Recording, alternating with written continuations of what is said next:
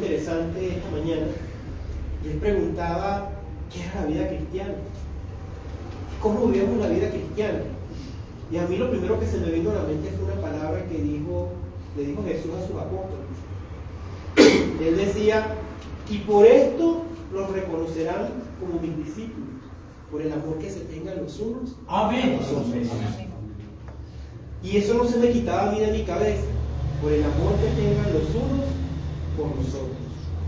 Y yo no puedo tener amor los unos por los otros si yo no veo a los hermanos. Si yo no veo por quién voy a tener amor. O si yo no estoy pendiente de por quién voy a tener amor. Sí. Por eso es que la congregación es tan importante. Por eso es que el congregarnos no puede ser tampoco algo secundario. Lamentablemente hay gente que aún vive su propio parecer y insiste en su corazón de que no debe congregarse, no necesita congregarse. Que simplemente con orar, con leer, o sea, ya está cumpliendo con la voluntad de Dios. Y eso no es lo que dice la palabra. La palabra es muy clara. No dejando de congregados, como algunos tienen por costumbre. Es más, es que es una manera de manifestar el amor, es un fruto del Espíritu de manifestar el amor de los unos por los otros. A nosotros no nos van a conocer como cristianos porque tengamos una Biblia debajo del brazo. A nosotros no nos van a conocer como cristianos porque escuchemos prédicas. A nosotros no nos van a reconocer como cristianos porque oremos, porque eso forma parte del paquete. Pero Jesús lo dijo claro a sus discípulos. Los conocerán como mis discípulos por el amor que obtengan los unos por los otros. Y siento que hay parte del principio de todo. Por eso es que yo siento que es tan importante congregarse. Y el Señor a veces me coloca en situaciones o cosas que me dificultan o me impiden congregarme. Y yo me siento mal. Yo me siento como que algo me falta. No es que el hecho de que yo me congregue me hace cristiano tampoco. Pues le repito, es un paquete completo. Pero el hecho de que yo no me congregue, entonces ya me está apartando de uno de los mandamientos que me manda Jesús. Y uno de los frutos que el Espíritu puede brindar en mí. Entonces por eso yo siento que una forma de ser cristiano es eso, obedeciendo la palabra. Amén. Y nos dio Jesús como testimonio de los evangelios. Ahí están los evangelios. Es que no es lo que repite el pastor, lo que dice el hermano Gabriel, lo que dice cualquiera acá, lo que puedo decir yo. Es lo que está escrito acá. Y que no tiene prácticamente ninguna interpretación porque es muy directo. Sí. Es demasiado directo como para que lo pasemos por alto. La semana pasada hablábamos de algo interesante. Yo no sé si alguien de los que estuvo la semana pasada recuerda acerca de cuál fue la prédica, qué fue lo que nos mostró a nosotros el Señor. ¿Alguien lo recuerda? Sobre la ansiedad. Sobre la ansiedad, muy bien. La ansiedad, y por eso me recordó la palabra del hermano Gabriel, porque uno de los ejemplos de ansiedad que me mostró la palabra fue ese acto que locamente hizo Saúl. ¿Sí? ¿Por qué? Ay, que los filisteos me van a venir encima. Ansiedad. Él no lo controlaba. Es más, ya Dios le había dicho que la victoria era de él. Ya el Señor le había dicho que los filisteos estaban en sus manos. Pero él tuvo ansiedad. Es que se me están yendo los soldados. Entonces Saúl no estaba mirando con fe, él estaba mirando por vista. Él decía, no, aquellos son como 40,000 y mira, yo tenía apenas si acaso 10,000 y todos los días se me van de 500 en 500. Si Samuel no llega cuando menos acuerdo, va a quedar nada más a pelear solo. Pero si él hubiese tenido esa fe, así fue decidido él solo, él vence a esos 30,000. Sí. Porque no era él, era Dios. Amén. Amén. Hoy Jesús nos da otra enseñanza muy importante a través de Lucas 17. Lo pueden ver en sus ojos. Allí hay varias lecciones que son muy importantes. Ahí vamos a aprender hoy cómo Jesús nos enseña acerca del agradecimiento. Cómo Jesús nos enseña acerca de la fe. Porque la fe es sumamente importante. ¿Sí? Porque si yo no tengo fe, entonces, ¿qué es lo que estoy viviendo? ¿Qué es lo que yo vivo? Yo no tengo fe. Empieza así. Dice, dijo Jesús a sus discípulos, imposible es que no vengan tropiezos, mas hay de aquel por quien viene. Mejor le fuera que se le atase al cuello una piedra de molino y se le arrojase al mar que hacer tropezar a uno de estos pequeñitos. Ya lo decía también el hermano Gabriel en su palabra. Oye, no hagas tropezar a estos pequeños, a estos que están caminando conmigo, porque al que hace tropezar le viene juicio. Sí. Pero es necesario que venga. ¿O es que acaso se nos olvida lo que dice Jesús en Juan 16, 33? Pueden buscarlo. Juan 16, 33. En el mundo tendréis aflicción. Juan 16, 33. 16:33. Estas cosas os he hablado para que en mí tengáis paz. En el mundo tendréis aflicción, pero confiad, yo he vencido al mundo. Amén. Amén. Jesús no está diciendo que nosotros, porque somos cristianos, somos inmunes a los problemas. Él no está diciendo eso. Por eso el ejemplo del pastor con el arbolito enfrente de la congregación es la mejor representación de la vida cristiana. Vendrán vientos, tormentas, huracanes, ventiscas, y el arbolito sigue allí, firme. Y eso es lo que quiere Jesús de cada uno de nosotros. Que vengan vientos, tormentas, huracanes, terremotos, lo que sea, pero nosotros allí firmes. ¿Por qué? Porque estamos fundados sobre la roca. Amén. Nuestro cimiento es sobre la roca. Es lo que dice Jesús, no es lo que digo yo, no es lo que dice el pastor, es que está escrito. Por eso el ejemplo del arbolito es maravilloso, porque simplemente es lo que Él espera de cada uno de nosotros. Él dice, es imposible que no vengan tropiezos, es que van a venir. Es que van a venir. Pero ¿qué dice Él? ¡Ay! Del que coloca los tropiezos. Así. Y cuando ese ay, créanme que ese ay es un ay de juicio. Eso lo llamaban los profetas hebreos y judíos, le decían los ayes. Y esos ayes eran ayes de juicio. Entonces, ¿van a venir tropiezos? Sí. Si es a través de personas, hay de esas pobres personas que generan tropiezos. Porque viene juicio para ellos. Y no digo que el juicio eterno ni nada, pero viene juicio. Ojalá que a través de esos juicios esas personas también se conviertan. Porque el Señor tiene misericordia de todos. Amén. Amén. Pero van a venir tropiezos y ese es el punto central de este pasaje. Que no temamos porque vengan tropiezos, porque van a venir. Pero que nos mantengamos firmes. Dice luego acá, mirad por vosotros mismos. O sea, cuando Él le dice eso, dice, oye, vean los ejemplos entre ustedes mismos. ¿Por qué? Vea, lidiar, y Él está hablando acá con los apóstoles, lidiar con 12 personas. Cada uno de ellos con su temperamento, pues, suficientemente fuerte. Eran hombres necios.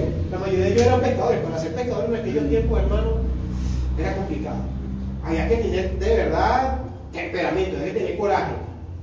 Porque era enfrentarse a los elementos, al clima, enfrentarse a los romanos, enfrentarse a muchas circunstancias adversas que puedan dificultar su trabajo. Eran hombres muy templados y tenían que tener evidentemente un carácter muy fuerte.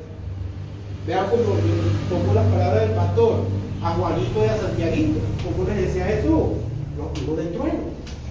Y no les decía los hijos del trueno porque es que fuesen muy suavecitos. O sea, los hijos del trueno porque me imagino las barbaridades que salían por la boca de estos personajes. ¿Sí? ¿Por qué? Porque bueno, pero él los estaba sanando. Él les estaba mostrando su condición de vida cuando las muestra a cada uno de nosotros. Entonces cuando dice, mirad por vosotros mismos, es que se miren entre ellos. ¿Sí? ¿Por qué? Si tu hermano pecare contra ti, repréndele, y si se arrepiente, perdona. Y si 7 veces al día pecare contra ti, y 7 veces al día volviere a ti diciendo, me arrepiento, perdónale. ¿Sí? Difícil. Vean lo que dice acá, es difícil. Acá lo está diciendo. ¿Por qué dice él eso? El pastor me puede leer Mateo 18:35. A ver, ¿por qué Jesús insiste tanto en que si una persona viene ante ti arrepentida, oye, perdónale? sea, no te lo está pidiendo, te lo está ordenando. Y se lo está diciendo a los apóstoles porque es que yo me imagino todas las escenas que vivió Jesús con ellos. Recuérdense que los apóstoles eran humanos también, y los que escribieron esas palabras fueron los apóstoles. Ellos ahorita escribieron fueron los aspectos más importantes, pero me aseguro que esas peleitas o esas cosas que tenían ellos no estaban muy escritas. Mateo, ¿qué? 18:36. Amén. Así también mi Padre Celestial hará con vosotros, si no perdonáis de todo corazón cada uno a su hermano sus ofensas. Amén. O sea, el Padre no va a perdonar a quien no es capaz de perdonar. Así de sencillo. Y por eso Jesús les dice esto. Vean lo que le dicen estos señores cuando él les dice eso. Él los está reprendiendo, le dice, posiblemente vio alguna pelea o algo entre ellos y quiso, oye, si tu hermano viene arrepentido delante de ti, ok, perdónale. Mira lo que dicen acá estos señores. Aumentanos la fe. O sea, ellos relacionaron el perdonar con la fe, que está bien, ¿sí? Pero dice, bueno, es que no perdonamos porque nos falta fe. Y mire lo que les contesta Jesús. Entonces dijo el Señor, si tuvierais fe como un grano de mostaza, podrías decir a este sicómoro, desarráigate y plántate al mar, y os obedecería. ¿Sí? O sea, les está diciendo todavía a ellos que la fe de ellos todavía era tan insignificante que todavía no alcanzaba la del grano de mostaza. Porque si ellos tuvieran esa fe del tamaño de un grano de mostaza, ellos le dicen a cualquier arbolito que está plantado, quítate de ahí, plántate en el mar, y eso se planta. O sea, que realmente, en la medida en que aumente nuestra fe, nosotros podemos ver nuestros problemas disminuidos. ¿Por qué? Porque tenemos confianza en que cualquier cosa que nos ocurre va a ser solucionada por la mano de Dios. Amén. Ojo, esto es importante que también lo entendamos. A veces lo que nosotros entendemos por solución a mi problema, lo que yo pienso que es la solución a mi problema, no es la solución que tiene Dios para el problema. Porque a veces nos quejamos hasta de eso, de la solución que Dios promete al problema. Lo que pasa es que las decisiones de Dios son agradables y perfectas. Amén. Así que cualquier solución que Él le dé a mi problema, tenga la certeza que es la mejor solución que hay para su problema. ¿Por qué? Porque no vino de usted, sino que la colocó Dios delante de usted, porque usted es su hijo. Como hijo, Él quiere lo mejor para usted. Amén. Muchas veces nuestros hijos nos piden muchas cosas, ¿sí? Pero nosotros no salimos corriendo y se las entregamos en la mano. Porque sabemos que muchas de las cosas que pueden pedir no van a ser de provecho para ellos.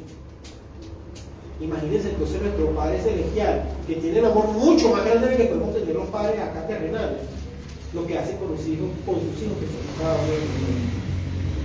Entonces, le pide a Dios de corazón y además tenga la fe para hacer. Confíe en que la solución que va a colocar Dios delante de sus manos va a ser la mejor de todas. Amén, amén.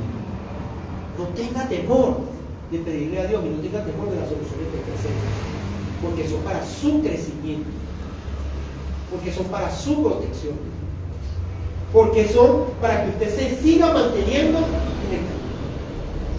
Amén. Santiago dice algo muy importante: piden, pero piden mal, porque piden para sus deleites. A veces la solución de un problema es que realmente no hay tal problema, sino que hay una falsa necesidad a veces en nuestros corazones.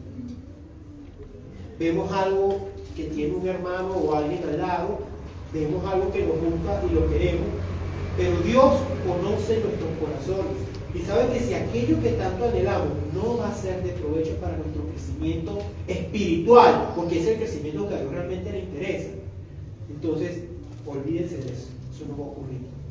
¿Por qué? Y no porque Dios no quiera agradar a sus hijos, es porque Él sabe que su corazón se va a poner en eso, o se va a depositar en eso y lo va a dejar a un lado. Muchas veces nosotros no entendemos eso. Sí, Dios contesta nuestras oraciones, pero la solución que Él tiene es mucho mejor que la que nosotros podemos dar. Amén, amén. El testimonio que trajo el hermano Gabriel es muy interesante en ese sentido. Vean que oraron para que esta chica, esta muchacha, estuviese libre. Pero esa era la voluntad de Dios, porque Dios iba a hacer una obra en esa muchacha. Amén. Dios está haciendo una obra en esa muchacha. Amén. Con sus dificultades, claro.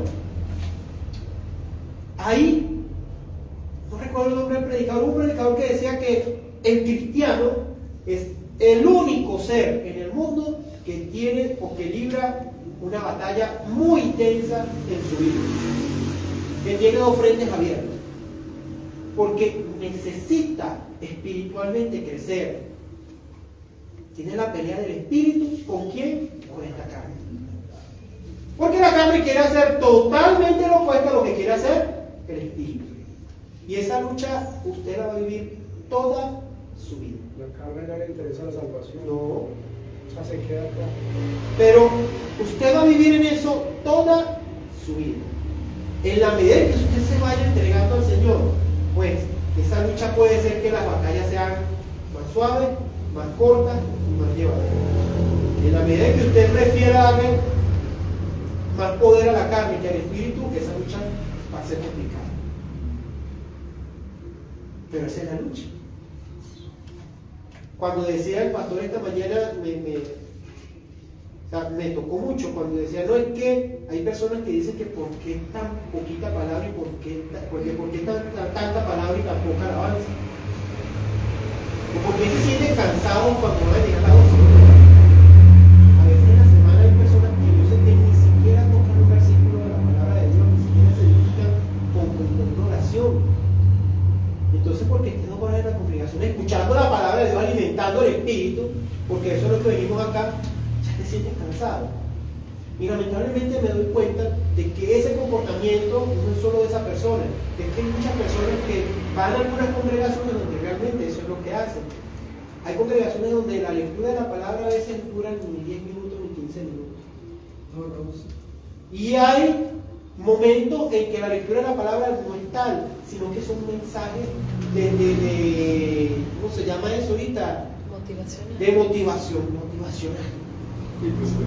Y prosperidad, pero de palabra. ¿Qué crecimiento puede haber allí? Ah, sí, el grupo canta muy bonito y tienen un grupo de alabanza gigantesco y tienen reflectores. Hermano, eso es un espectáculo. El mundo está lleno de ellos.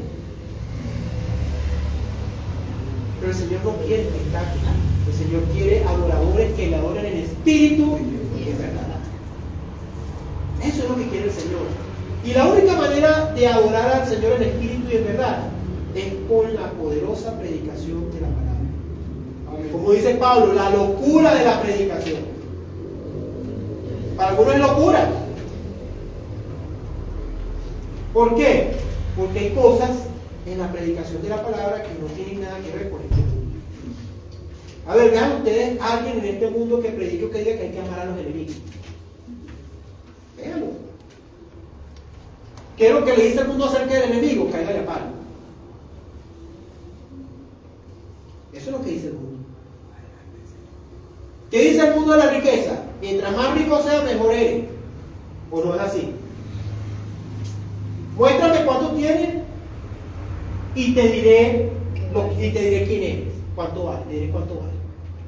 Eso es el mundo. Por eso es que la predicación para el mundo es locura. Porque Jesús no dice eso. ¿Qué le dijo Jesús al hombre rico? Al muchacho rico. Vende todo lo que tienes y haciarás tesoro en el cielo. Y toma tu cruz y sígueme. Y eso es lo que nos cuesta a nosotros a veces. A nosotros mismos que estamos acá, a veces nos cuesta hacer eso. Nos cuesta. ¿Por qué nos cuesta? No es que esta carne le gusta a nosotros. Hermano, es importante escuchar la predicación. Una predicación bíblica, una predicación que venga de la palabra, porque eso realmente alimenta el espíritu. Hay una persona que dice, que escuché, que decía, si usted sale del culto bailando, gritando y emocionado, está en el sitio equivocado. Porque la palabra tiene, como decía mi esposa, tiene que leer su corazón. Ahora, si usted cuando sale de la congregación sale consciente de que la palabra lo ha tocado en algún aspecto de su vida, déle gracias a Dios, porque ese día Dios ha hablado con usted y le ha puesto en su corazón las cosas que debe mejorar. Porque eso es lo que dice la palabra. Nosotros no somos perfectos, estamos en el camino de la perfección. El Señor dice que nuestro camino es como la aurora, que poco a poco, así en la mañanita uno ve las primeras luces, así chiquiticas, y hasta que llega el mediodía, la luz es perfecta, que lo abarca absolutamente todo. Así es el camino de cada uno de nosotros. Y digo de cada uno de nosotros porque nosotros somos los hijos del Señor.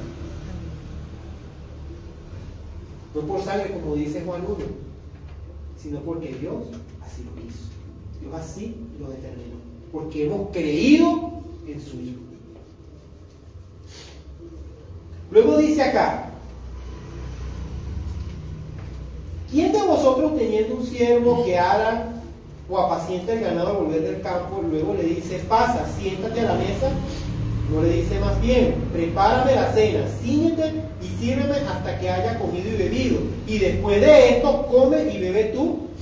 ¿Acaso da gracias al siervo porque hizo lo que se le había mandado? Pienso que no.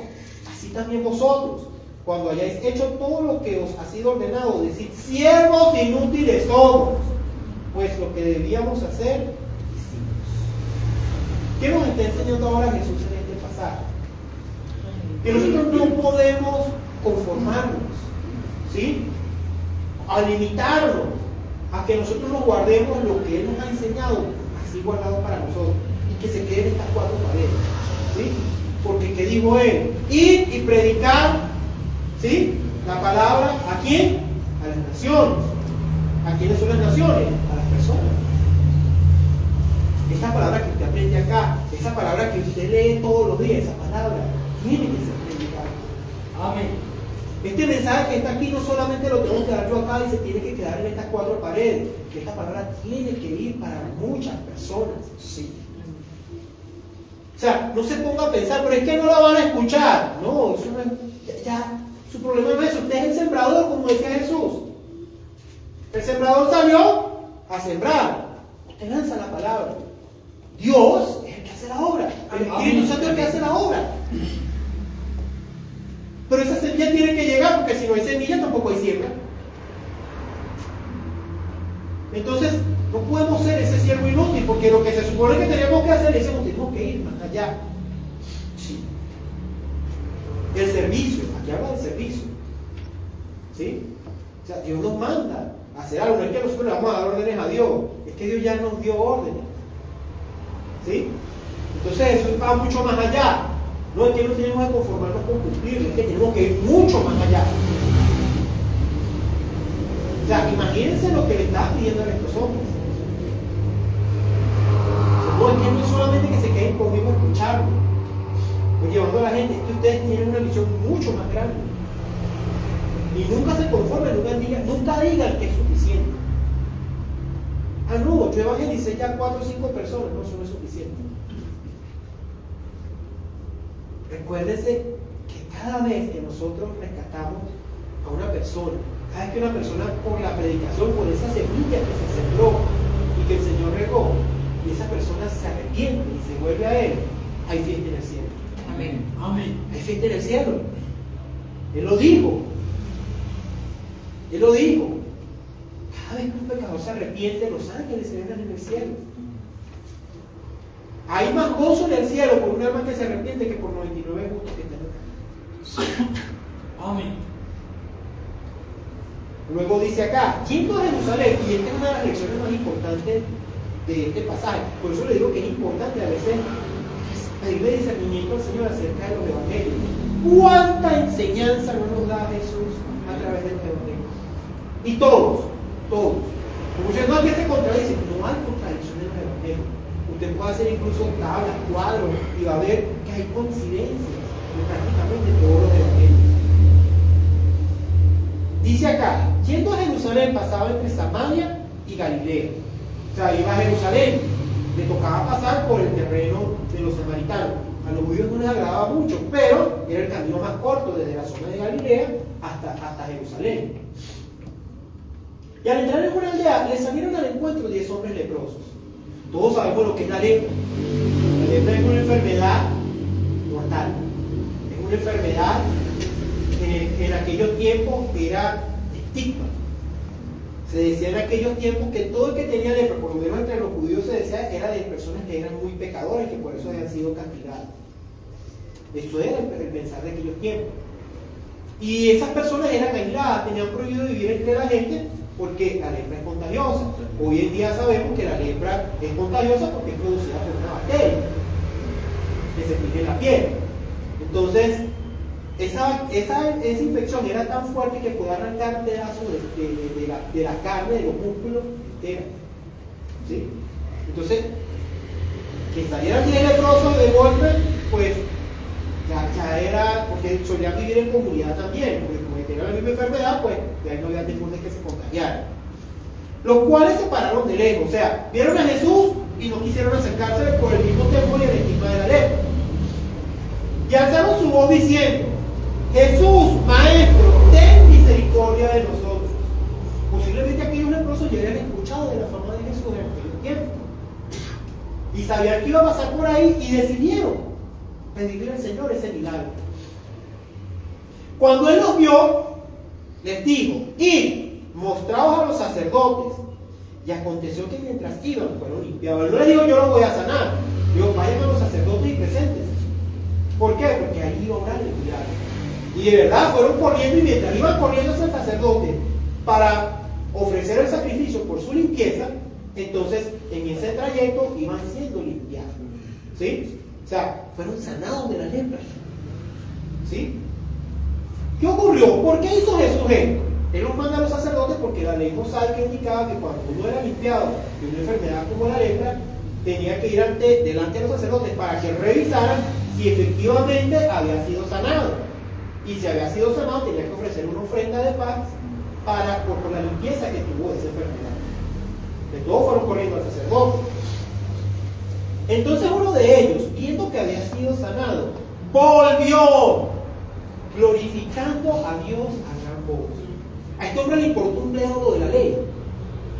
Le importó nada que tenía que presentarse ante el sacerdote. Él se vio limpio y quiso agradecerle directamente a quien hizo el milagro. Él sabía que eso era obra de Dios.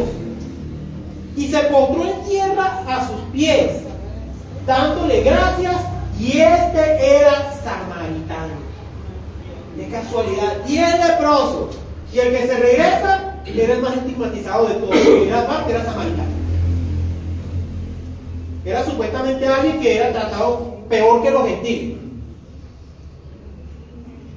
Respondiendo Jesús, le dijo: no son bien los que fueron limpiados. ¿Sí? Él pregunta: ¿eran bien los que eran limpiados? ¿Y los 9 dónde están? Pregunta él. No hubo quien volviese y diese la gloria a Dios sino este extranjero. Palabras fuertes. Porque recuérdense que no estaba solo en ese momento. Seguramente estaban todos sus discípulos y las personas que le seguían. O sea, le hace el contexto. O sea, no solamente estaba Jesús solo ahí con esa persona a la que sanó. Él seguro venía de Jerusalén, venía con toda una comitiva. O sea, venía con los apóstoles y venía con la gente que lo venía siguiendo, que lo seguía en todos los momentos, sus seguidores. Y una palabra era escuchar esto. Primero, ¿dónde están los otros 9? ¿Y por qué no regresaron todos a darle la gloria a Dios, sino este hombre que es extranjero?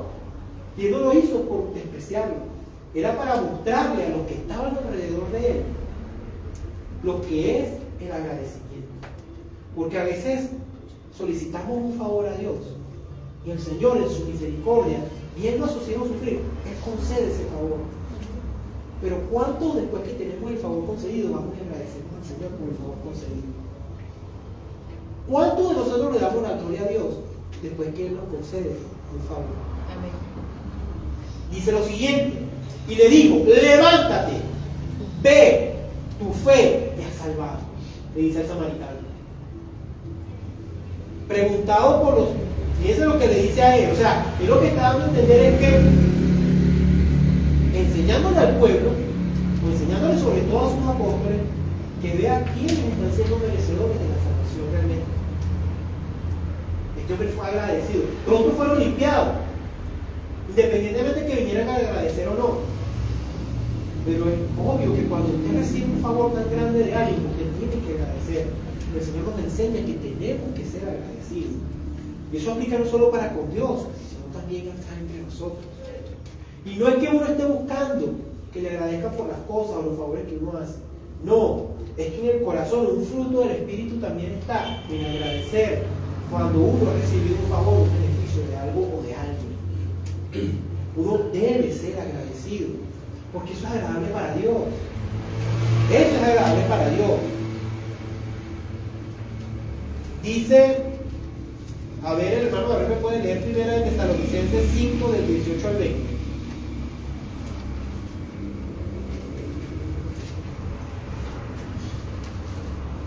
Primera de Tesalonicenses 5, del 18 al 20.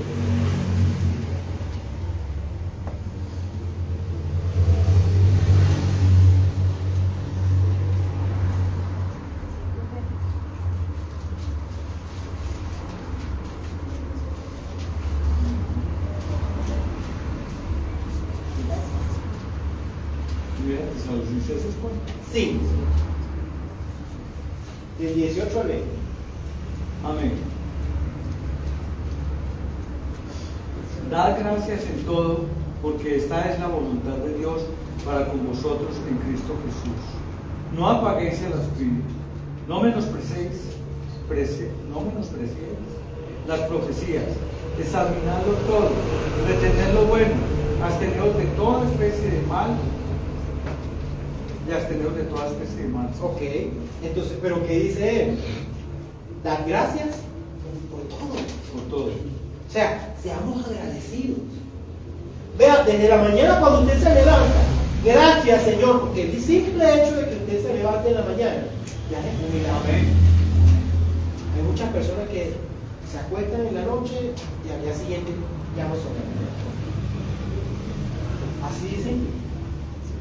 Dicen, no, pero es que tú eres, es que usted es tan fatalista. No es que no es fatalismo, o es que yo estoy diciendo algo que no es realidad en este mundo. El espíritu de la muerte está al acecho. Y eso le aplica a cualquiera, nada más a los ancianos. El espíritu de la muerte es para pequeños, para jóvenes, para adultos, para viejos, para todos. El simple hecho de que usted amanezca y respire, ya es un milagro de Dios. Amén. Ya es un milagro de vida. ¿Y a quién le tenemos que dar las gracias? Al que nos guardó, nuestro sueño, a Dios. Entonces, sed agradecidos o dad gracias por todo. Y ojo, cuando él dice por todo, es por todo. Por lo bueno y por lo que no nos parece tan bueno también. Lo digo por lo malo porque a los que amamos a Dios, todas las cosas nos ayudan a bien. Entonces, el agradecimiento tiene que ser por todo. Porque yo no sé si en aquello que no me agrada hay una bendición ahí atrás. Lo que pasa es que a veces somos tan duros, tan tercos, que pensamos que nuestra voluntad es la que se debe cumplir y que se debe hacer las cosas como yo digo. No. Las cosas en la vida del cristiano no se hacen como uno dice. Las cosas en la vida del cristiano se hacen a la manera de Dios. Amén. Así debe hacerse. Luego dice acá que le preguntan los fariseos, después que ocurre esto de los leprosos. Preguntado por los fariseos cuándo habría de venir el reino de Dios. Imagínense tanta ceguera. ¿Cuándo debe venir el reino de Dios? Cuando el mismo Juan el Bautista le decía, acercados, arrepentidos, porque el reino de Dios se ha acercado. Oye, el reino de Dios lo tenían allí, ahí estaba el rey. Tú conocías las escrituras, Moisés lo había dicho, los profetas habían hablado de Jesús hasta decir ya. Tú conocías la palabra. ¿Cómo le vas a preguntar a Jesús cuándo debe venir el reino de Dios? Oye, tiene el reino de Dios allí. Le respondió y le dijo, el reino de Dios no vendrá con advertencia. ¿Sí? Ya le está hablando de cuál venida. De la Jesús. Él está hablando, ya no va a ser como Salvador. Ojo. El tiempo de la gracia es este que estamos viviendo. En este momento hay salvación. Pero cuando ya venga el Señor por segunda vez, ya Él viene como juez. Ojo.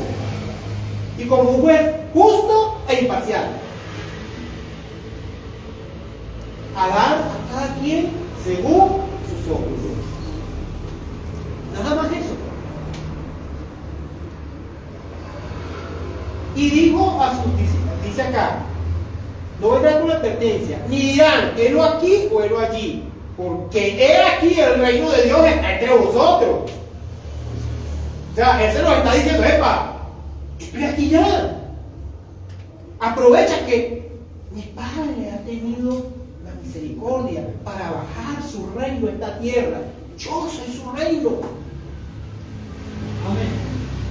Y dijo a sus discípulos, tiempo vendrá cuando desearéis ver uno de los hijos del día del hombre, de los días del Hijo del Hombre, y no lo veréis. Y os dirán, helo aquí o helo allí, no vayáis ni lo sigáis. Porque como relámpago que al fulgurar resplandece desde un extremo del cielo hasta el otro, así también será el Hijo del Hombre en su día. O sea, no sabemos el tiempo, no sé, está hablando de la segunda venida. Pero primero es necesario que padezca mucho y sea desechado por esta generación. ¿Sí? Está hablando de la cruz. Como fue en los días de Noé. Así también serán los días del Hijo del Hombre. Comían, bebían, se casaban y se daban el casamiento. Hasta el día que entró Noé en el arca, vino el diluvio y los destruyó a todos. La maldad del hombre era muy grande. Sin embargo, Noé se llevó sus años en construir el arca. Y construyó el arca en una zona tan adentro de tierra que todo el que pasaba, me imagino, en aquel momento se burlaba de aquel hombre. Este tipo está loco, va a construir un barco en el medio de la nada. No le creyeron.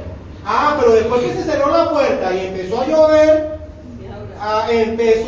bueno, pues en cantidad de, me imagino muchos tocaderas, ábreme, que me ahogo. Pero tú no creíste. Ya estabas advertido. Ya se te había dicho, ya Noé les dijo, porque yo me dijo que lo decía, es que viene un diluvio. Así mismo sucedió en los días de Lot. Comían, bebían, compraban, vendían, plantaban, edificaban. Mas el día en que Lot salió de Sodoma, llovió del cielo fuego y azufre, y los destruyó a todos. La maldad de aquellas ciudades era impresionante. Eran aberrantes. La gente dice, no, que es el delito sexual lo que hizo, que no, que eso era solamente parte de los delitos. Aquella gente era ladrona, aquella gente era asesina. O sea, no era solamente, o sea, se fijan solamente, no, que ese no era solo el pecado. Era completo, la idolatría, imagínense la idolatría en esa tierra. Y esa gente estaba tranquila. Lo que menos imaginaron es que les iba a llover fuego del cielo. Así será el día en que el Hijo del Hombre se manifieste. ¿Sí? En aquel día, el que está en la azotea y sus bienes en casa no descienda a tomar. ¿Sí? Y que en el campo, y el que esté en el campo, asimismo, no se vuelva atrás. Acordaos de la mujer del hombre. ¿Qué le pasó a la mujer del hombre? ¿Se convirtió en qué? ¿En una estatua? De sal. ¿Y por qué se convirtió en estatua de sal? Y lo mataron. Hermano, usted no sabe lo maravilloso, el regalo tan grande y maravilloso que usted tiene por haber ganado la salvación. Amén, amén. ¿Tiene necesidad de mirar atrás? No. Que si usted mira para atrás es para recordar cómo fue y para que vea de dónde lo sacó el Señor. Esa es la única mirada que usted puede echar atrás. Pero para anhelar o para vivir otra vez como vivía, no, hermano, ya el Señor ha limpiado eso. Y ya usted conoció lo que hizo el Señor por usted. Si usted sigue anhelando esas cosas de atrás y se vuelve atrás, porque el problema de esos anhelos es que devuelven a uno atrás, recuérdese que ya no queda más sacrificio. ¿Qué es lo que queda? Una horrenda expectación de muerte. Eso es lo que queda. Porque usted ya no es ignorante. Como dijo Jesús a los fariseos, el que es ciego se puede salvar porque es ciego. Pero el que dice que ya no es ciego, no tiene ya remedio. O sea, ya usted ve, no vuelva su mirada a las cosas que dejó atrás, porque esas no le van a edificar. Un ejemplo muy claro que yo tengo en mi cabeza. Hay mucha gente que me pregunta, oye, ¿y tú no te devuelves a tu país y las cosas cambian? No sé qué más, no es que el Señor ya me sacó atrás, y el Señor me devuelve a otro sitio, pues ya será la voluntad de Él. Pero yo no vivo atrás. Eso sí me ha enseñado Dios. ¿Por qué? Porque mirar atrás genera nostalgia. La nostalgia genera depresión. Y la depresión enferma. Y la enfermedad genera muerte. Así de sencillo, eso es una cadena. Yo no miro atrás, es por eso. Porque el mismo Dios me dice que yo no tengo que mirar atrás. Tengo el ejemplo de la mujer de Lot, que hizo cuando se convirtió en sabio. O sea, te quedas paralizado espiritualmente. Porque no sabes si seguir adelante o devolver. Y ese es el tibio. Y el Señor dice, al tibio lo vomito de mi boca. Entonces, hermanos, no miremos atrás, sino solamente para que cuando alguien nos pregunte, no, sí, el Señor me sacó de esto y de esto. Y aquí estoy por la misericordia y la gloria y la gracia de Dios. Amén. Todo el que procure salvar su vida la perderá. Todo el que la pierda se salvará. Sí, porque muchos buscarán salvar su vida, pues, bajo cualquier circunstancia, pero no. O sea, el que muchos perderán la vida es por proclamar a Jesús. Estoy hablando de esos tiempos, el tiempo de la tribulación. Os digo que en aquella noche estarán dos en una cama, el uno será tomado y el otro será dejado. Dos mujeres estarán muriendo juntas, la una será tomada y la otra será dejada. ¿A qué creen ustedes que se refiere Jesús con esto? Arrebatamiento. O sea, que los que estén vivos en aquel entonces, que él venga a buscar a su pueblo, en un instante, van a estar con él. Dos estarán en el campo, el uno será tomado y el otro será dejado. Y respondiendo, le dijeron, ¿dónde, Señor? Le preguntan, o sea, ¿dónde va a ocurrir todos estos eventos? ¿Dónde va a ocurrir todos estos eventos? Y él les da una pista. Él les dice, donde estuviera el cuerpo, allí se juntarán también las águilas. Y eso nos lleva al Apocalipsis 19 del 17 al 21. Si alguien lo puede leer, que lo tenga a la mano, puede leerlo. Apocalipsis 19 del 17 al 21. Este es un pasaje de la batalla de Armagedón.